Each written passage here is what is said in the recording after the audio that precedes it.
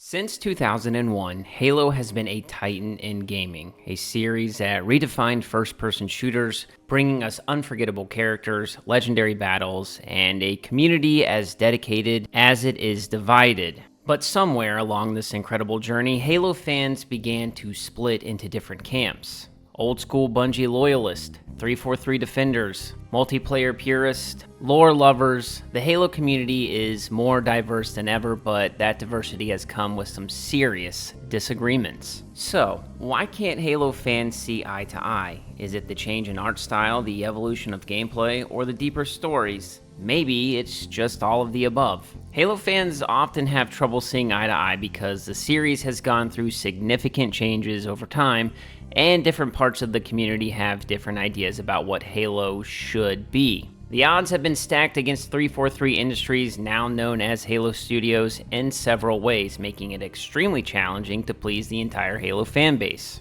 Throughout this video, I will refer to Halo Studios as 343 since at this time we have been told that the future of Halo and Halo Studios will be as big of a change as it was when Bungie handed Halo off to 343 originally. Time will tell, but in 10 years I might have to make another one of these videos. In this video, I really want to go and take a closer look at the unique pressures and obstacles that 343 faced as well as the Halo community. If you enjoy Halo and these types of videos, make sure you subscribe to the channel. I'm trying to hit 15,000 subscribers by the end of 2024, and I could be your third favorite Halo YouTuber. If you agree with any of the points in the video, make sure you leave a like and also leave your opinions in the comments down below as I read all of them. With all that being said, let's take a closer look at the division of Halo fans and the developers. It's no secret that many fans grew up with the original Halo games developed by Bungie, which includes Combat Evolved, Halo 2, 3, ODST, and Reach. Since then, 343 took over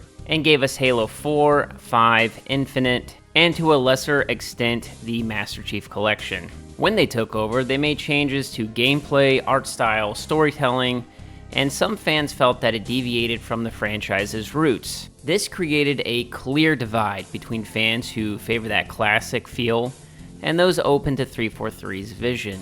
Again, for many fans, Bungie's Halo games are tied to nostalgia and personal gaming memories, myself included. This creates a powerful bias where anything that deviates from Bungie's style may seem inferior regardless of its objective quality. 343's games are and were frequently compared to Bungie's work, which can be difficult to live up to when the original titles hold a near mythical status in gaming. Bungie set the tone for Halo with a unique combination of storytelling, gameplay, and art style.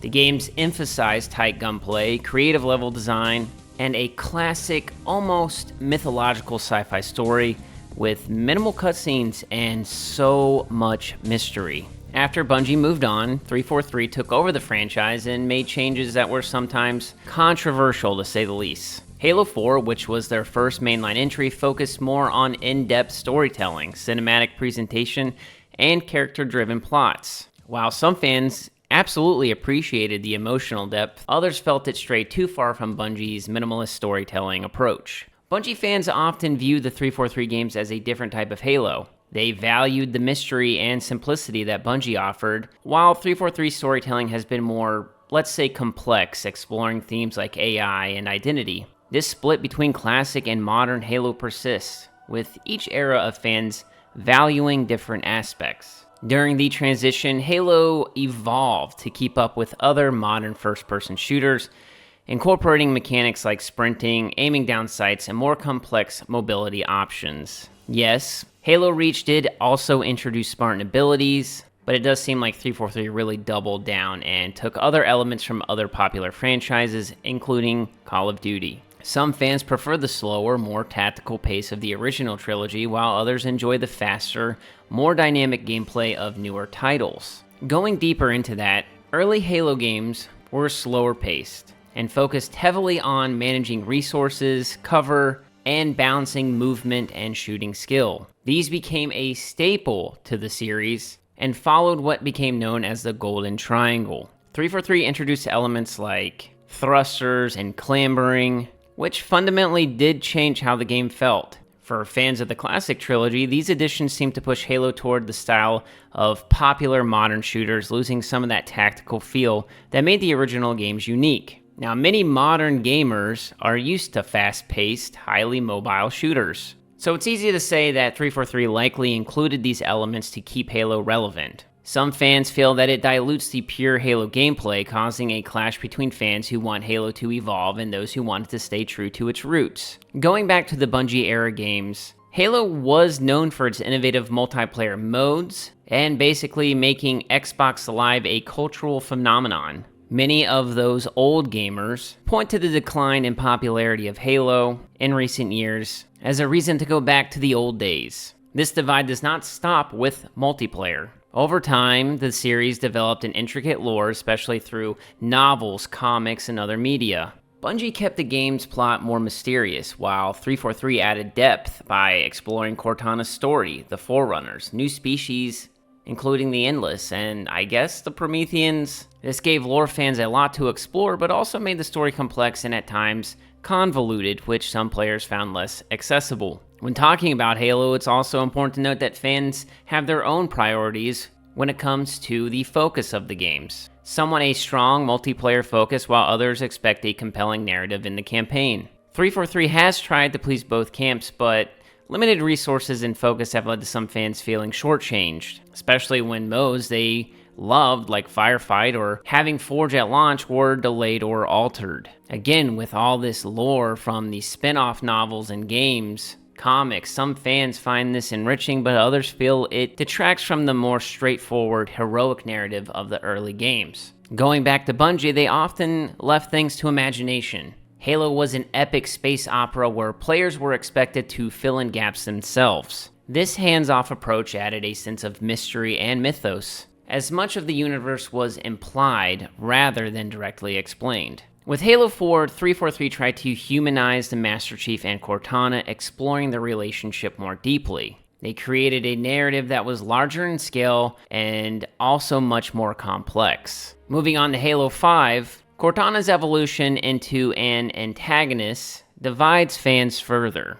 Some appreciate the risk-taking, and others felt it conflicted with the core values of the earlier Halo games. The perception was that 343 had strayed from the intended narrative path Bungie had set. Something else that has changed with each Halo installment has been the art style and the look and feel of what Halo is, particularly since 343 has taken over. Some fans miss the darker, grittier art style from Bungie, while others enjoy the updated, more polished visuals of the newer games. Bungie's Halo games were known for their distinct, recognizable aesthetic. The art style could be described as both bright and alien, combining lush landscapes, unique Covenant architecture, Forerunner designs, and iconic, simple armor designs. 343, however, opted for a more modern, hyper-detailed look, and they have been met with mixed reactions.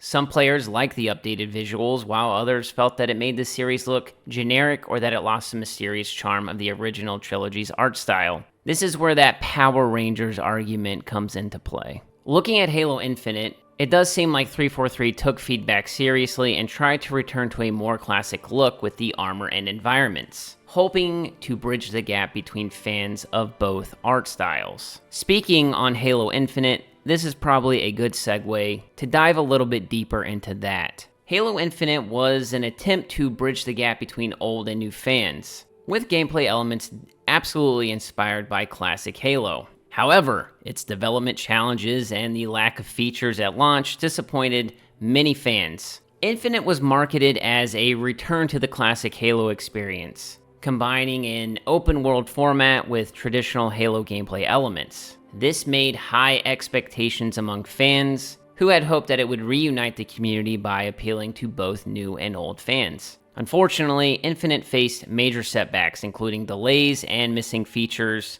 including co-op campaign and Forge mode at launch. Many fans felt let down. Now, while Infinite ultimately delivered on several fronts, these delays and exclusions made some fans question 343's ability to meet community expectations going further, if they hadn't already. Despite strong gameplay mechanics and a generally positive reception, Halo Infinite couldn't fully overcome the division of the fanbase. Although I think most fans can agree about the monetization and the store of Halo Infinite being a huge turnoff. The multiplayer being free to play has had its pros and cons. Speaking on that, there have been many changes in the gaming industry. It's moved towards more of a games as a service model with ongoing monetization through battle passes, cosmetics, and microtransactions. Infinite was expected to adopt that model, and implementing it has been extremely tricky. Fans expect content updates, high-quality cosmetics, fair monetization, and they're very quick to criticize anything that feels like a cash grab,